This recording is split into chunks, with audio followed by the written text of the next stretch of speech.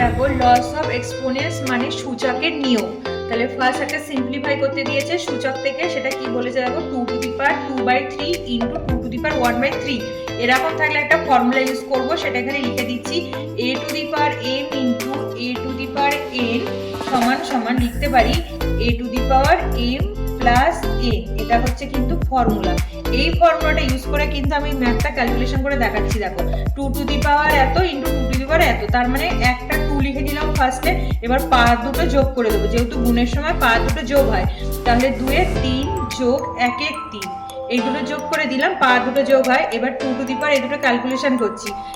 এইভাবে যোগ করলে কি করব, লসাগু করব 3, মানে এলসিএম বা লসাগু হচ্ছে 3। তাহলে উপরে কত পড়ে থাকছে 2 + 1 পড়ে থাকছে এলসিএম করার পর।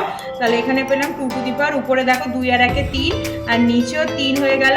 তাহলে পরের লাইনে দেখো এই 3 কেটে যাচ্ছে, তাহলে হলো 2^1। আর 2^1 মানে কত লিখতে পারি, শুধু 2। তাহলে শুধু 2, এটা হয়ে গেল আনসার।